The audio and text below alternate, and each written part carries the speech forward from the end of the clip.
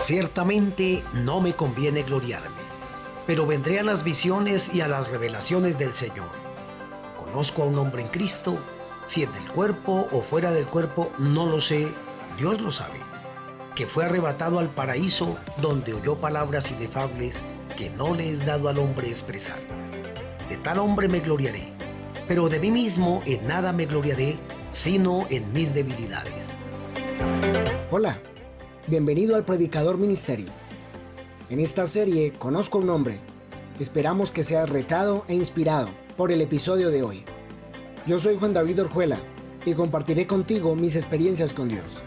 Hoy presentamos: Dios sigue sentado en su trono. El cielo y la tierra pasarán, pero mis palabras no pasarán. Mateo 24:35. Qué grande y poderoso es el Dios al que servimos.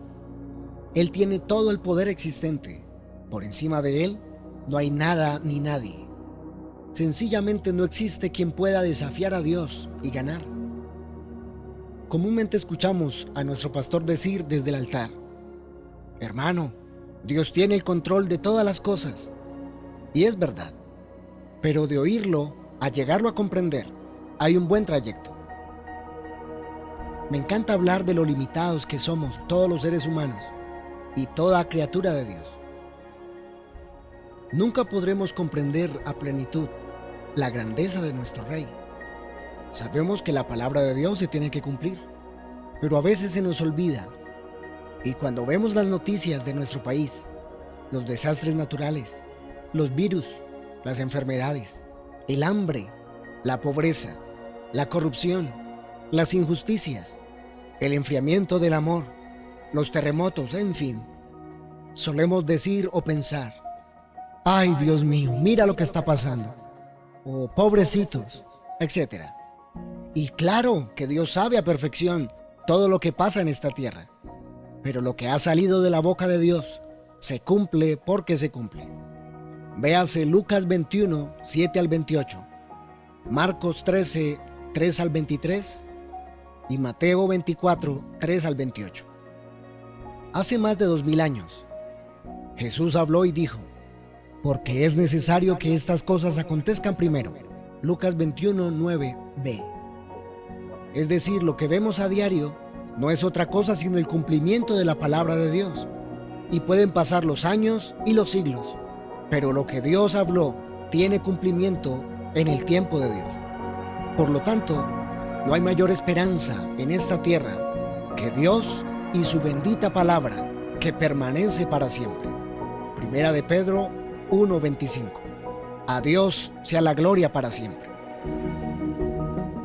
Creo que en este testimonio, su forma de ver la palabra de Dios cambiará para bien, y su fe en lo que Dios nos dejó escrito aumentará. Todo lo que Dios nos dice es en serio. Él no bromea en sus promesas. Hay algo que me quedó marcado en las palabras de un evangelista que oí hace unos años atrás, y fue: Dios nunca ha dejado de hablarnos, pues si Dios lo hiciera, nosotros dejamos de existir. Añadió: el poder de Dios está en su boca, y todo lo que Él dice y menciona, hecho está. Dios sustenta todas las cosas con la palabra de su poder. Hebreos 1:3. Todo lo que Dios dejó plasmado en su bendita palabra tiene tanto poder que no hay nada que pueda hacer frente a su palabra y vencer. No, Dios no miente, pues Él no se puede negar a sí mismo, ya que uno de sus nombres son verdad, fiel y verdadero.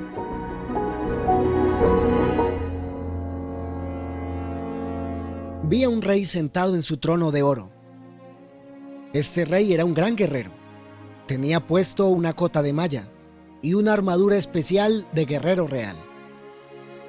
De pronto, algo llamó su atención, de tal manera que lo hizo poner sobre sus pies.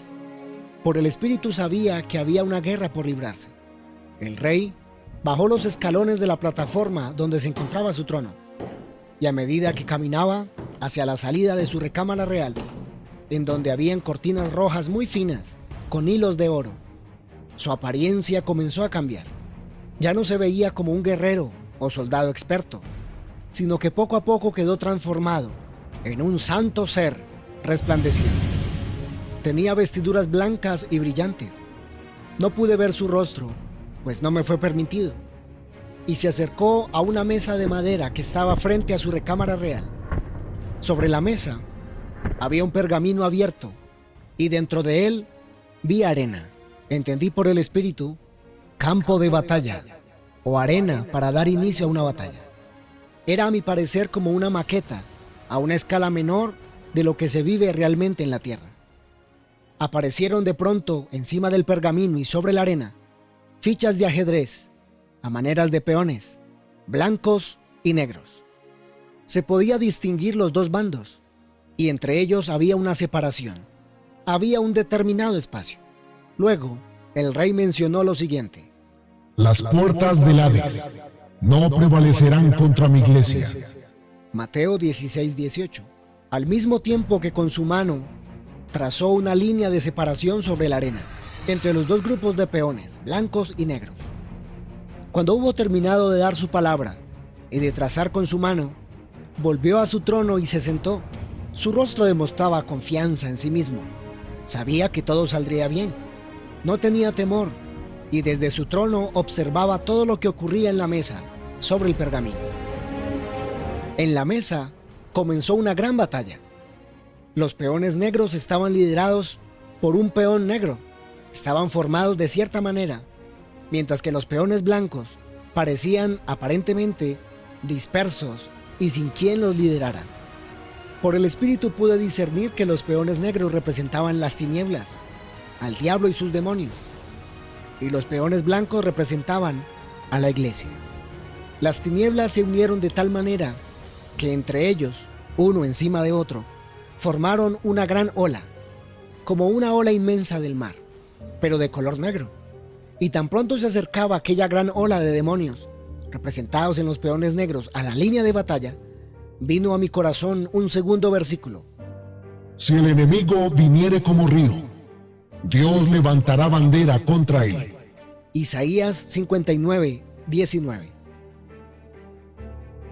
Inmediatamente, la franja o línea que había trazado el rey antes que iniciara la batalla se volvió un muro de cristal grueso e impenetrable, y superaba en tamaño a la gran ola de ataques del diablo contra la iglesia, representados en peones blancos.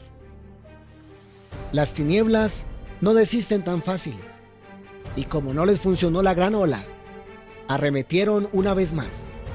Se unieron entre ellos y formaron otra figura.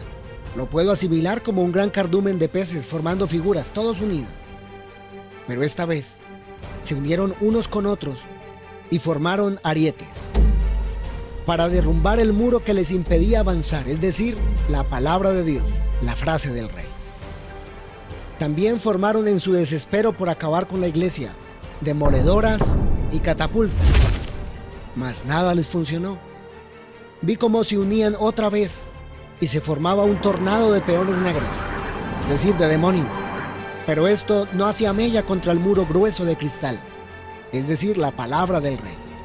Todo esto me permitieron ver desde el bando de las tinieblas, y luego se me permitió ver del bando de la iglesia, cómo los demonios no podían pasar al otro lado.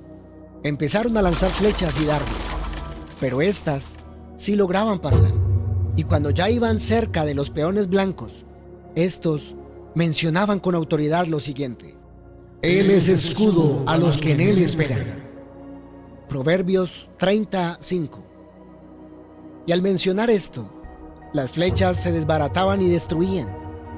Mas sin embargo, algunas flechas lograban herir a algunos peones.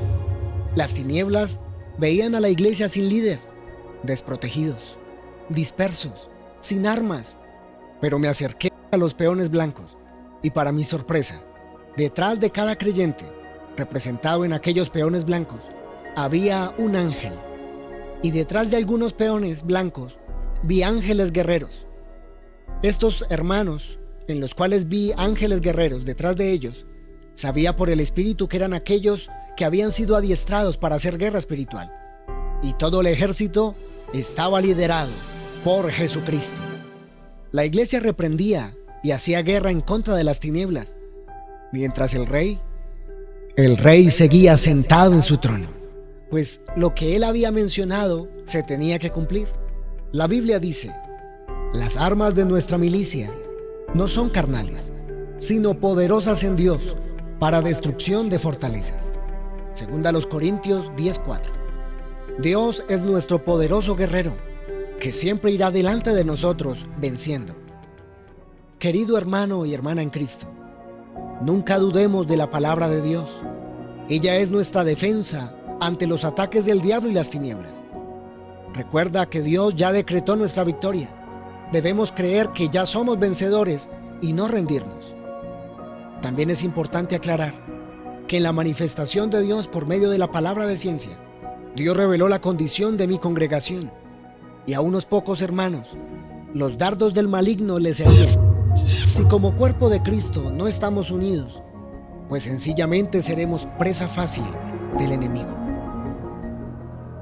Tengo que tomar un ejemplo que nos da nuestro adversario, y es la unidad. Las tinieblas no pelean ni riñen entre sí. Ellos tienen muy claro quién es el enemigo, y lo demás no importa. Ellos se unen para intentar derrotarnos, y lastimosamente nosotros, la iglesia, parecemos a veces peor que enemigos y atacamos al bando equivocado. Nuestra lucha a veces no es contra el diablo, sino contra nuestros propios hermanos. Es triste reconocerlo, pero es verdad. Dios no respalda a un cuerpo fragmentado, sino a su cuerpo unido. Unámonos y tengamos todos un mismo parecer. Pensemos todos una misma cosa. Miremos y démosle al mismo blanco. Nunca perdamos de vista quién es el verdadero enemigo: Satanás. Señor y Padre Celestial, en el nombre de Jesucristo, quiero pedirte perdón por tu iglesia, pues en ocasiones prestamos atención a las acechanzas del diablo y no a tu palabra. Ayúdanos a tu pueblo a unirnos de tal manera que formemos tu cuerpo y podamos vencer. Revélate a cada creyente y tú mismo enséñanos cuál es nuestra parte dentro de tu cuerpo. Que ya no sintamos más celos o envidia por lo que tiene otro, sino que todo lo que hagamos lo hagamos de corazón, como para ti y no para los hombres. En el poderoso nombre de Jesucristo, mi Señor y Salvador. Gracias, Espíritu Santo, pues esta oración y todo lo que soy es posible gracias a ti, amigo fiel. Te amo, mi Señor. Amén. Esperamos que hayas sido retado e inspirado por Dios a través de este episodio. No te pierdas el próximo episodio de esta serie, Conozco un Hombre.